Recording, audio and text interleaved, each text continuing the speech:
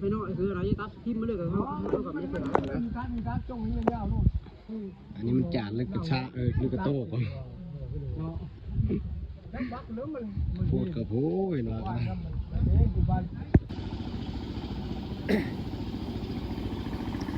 ทักทายสบายดีทุกคน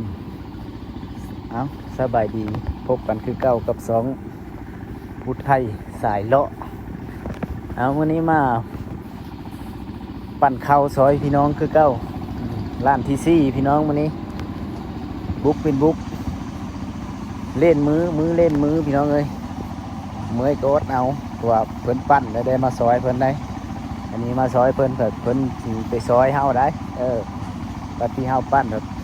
เพิ่นนี่ไปซอยโอ้เมื่อยได้พี่น้องเลยเมื่อยอย่าจะเป็นอดเอาพี่น้องได้มาซอย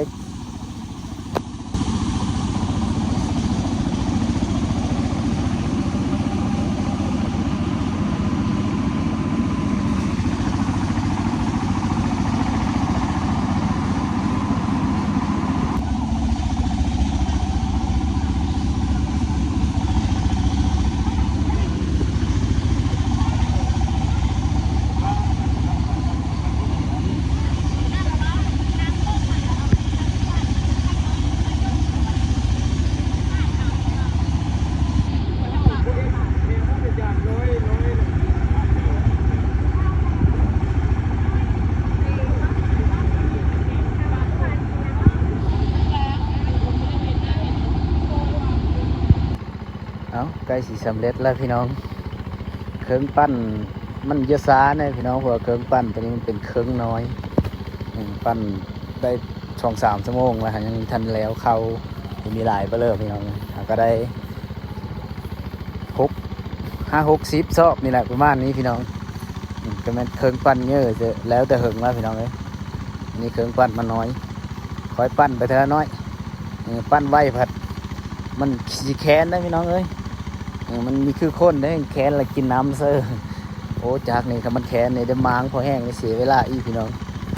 กันสิเล้งกันไม่ได้คอยปั่นคอยเป็นคอยไปพี่น้องมันหักแล้วเอง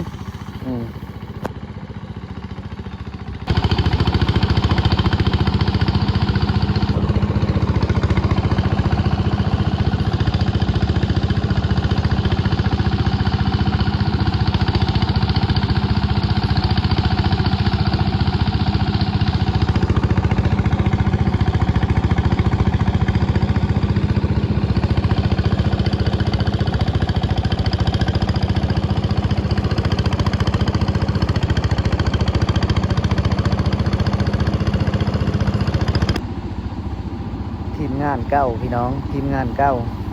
ทีมงานเคยไปปั้นแต่ละร้านแหละพี่น้องมาซอยเดียวแต่ว่ารถปั้นทันเอาเจ้าของเอาเจ้าไม้นั่นเจ้าเก้าเราพี่น้องเลยเพราะว่าเพิ่นจะฆ่าไปแต่ละร้านแล้วก็เต้นไม้ตลอด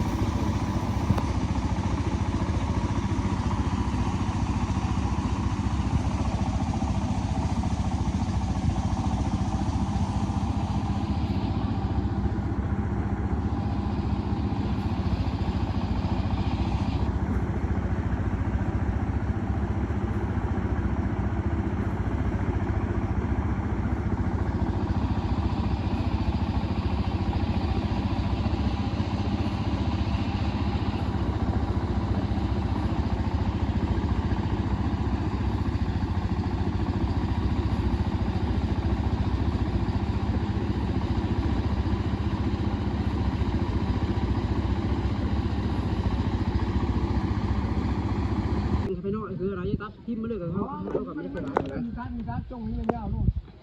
อันนี้มันจานลึกกระชะลึกกระโต้ก่อน